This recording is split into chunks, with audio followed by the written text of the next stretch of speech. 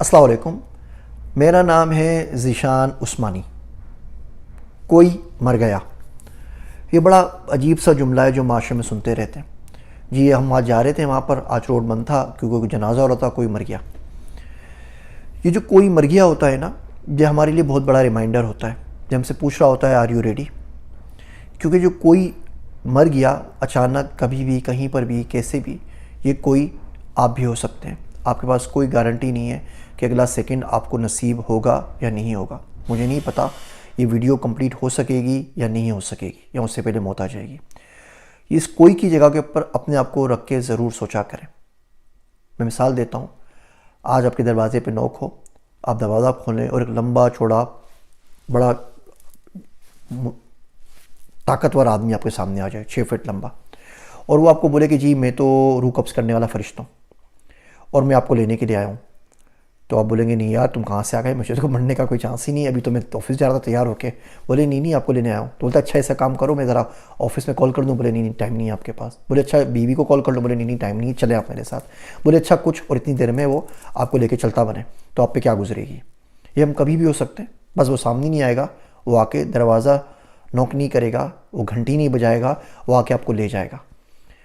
جب بھی آس پاس موجود کسی بھی شخص کی موت کی خبر ملا کریں، تھوڑی دیر کے لیے رک جایا کریں، تھوڑی دیر کے لیے سوچا کریں کہ آپ کے برابر میں سے بندہ چلا گیا ہے، یہ آپ بھی ہو سکتے ہیں، اور یقیناً ایک دن بہت جلد وہ ضرور آئے گا کہ یہ آپ ہی ہوں گے۔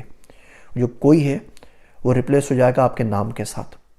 مرنے کے بعد آپ کا نام کوئی نہیں لیتا، کوئی آپ کو چودھری صاحب، کوئی آپ کو سیٹھ صاحب، کوئی آپ کو سائیں وڈیرا کوئی نہیں کہتا۔ لوگ بولتے ہیں جنازہ ہے، جنازے کو میت گاہ کی طرف لے چلیں، جنازے کو قبر میں ڈال دیں، جنازے کو غسل دے دیں، جنازے سے جان چھڑائیں، جنازہ جلدی سے دفن کر دیں، تو آپ آٹومیٹکلی کوئی بن جاتے ہیں، آٹومیٹکلی آپ ایک جنازہ بن جاتے ہیں۔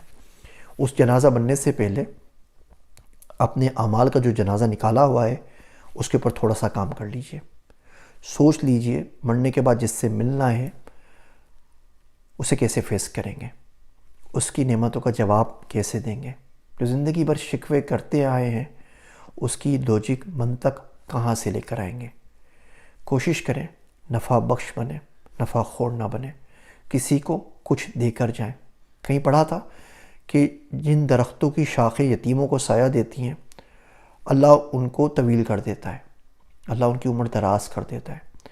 اپنی زندگی میں کسی نہ کسی کی آسانی کا سبب تو بنے، تاکہ جب کوئی مر جائے تو لوگ بولیں کہ میرا اپنا پیارا چلا گیا ہے، لوگ بولیں کہ ہائے میرا مسیحا چلا گیا، لوگ بولیں اب میرے کام کیسے ہوں گے، کس طریقے سے ہوگا۔ وہ اپنے کھجور والا واقعہ تو سنا ہوگا نا، کہ گھٹلیاں نہیں نکالی۔ بریوی میں بڑی اچھی کہاوت واقعہ ہے۔ ہوا یہ کہ حضرت ابوبکر صدیق رضی اللہ تعالیٰ عنہ فجر کے بعد کسی جگہ جایا کرتے تھے گھر کے اندر۔ حضرت عمر فاروق رضی اللہ عنہ کو ان کے تمام معمولات کا پتہ تھا، صرف یہ نہیں پتہ تھا کہ وہ اس گھر پہ جاتے ہیں تو کیوں جاتے ہیں۔ خیر جب ان کا انتقال ہو گیا تو فجر کے بعد حضرت عمر فاروق رضی اللہ عنہ اسی گھر میں چلے گئے، تو دیکھا ایک بوڑھی آئے ضعیف سی، اور وہ نابینا ہے۔ تو وہ اپنا انہوں نے گھر کا کام وام کیا، تو انہیں بتایا کہ جو بندہ آتا ہے وہ روز میرے گھر پہ کام وام کر کے ساری چیزیں صاف کر کے کھانا پکا کے مجھے دے آتا ہے۔ تو حضرت عمر فاروق نے کہا کہ اس کو تو نہیں پتہ، اس نے تو حضرت ابوبکر صدیق کو نہیں دیکھا، تو اس کو کیا پتہ لگے گا کہ حضرت ابوبکر صدیق رضی اللہ تعالیٰ عنہ آئے یا عمر فاروق آئے، تو وہ کام کرنے لگے۔ تو جب اس کو کھجوریں پیش کی تو انہوں نے کہا بڑھیا نے کہ تم کون ہو؟ تو بولے اماں آپ کو کیسے پتا کہ بندہ چینج ہو گیا ہے؟ بولے تم نے مجھے کھجوریں جو دی ہیں نا اس میں سے گھٹلیاں نہیں نکالی ہیں۔ حضرت ابوبکر صدیق گھٹلیاں بھی نکال کے جایا کرتے تھے۔ آپ اپنے آپ سے پوچھیں کہ کوئی مر گیا اس سے پہلے کتنی گھٹلیاں ہیں جو کسی کی زندگی سے آپ نے نکالی ہیں۔ امید ہے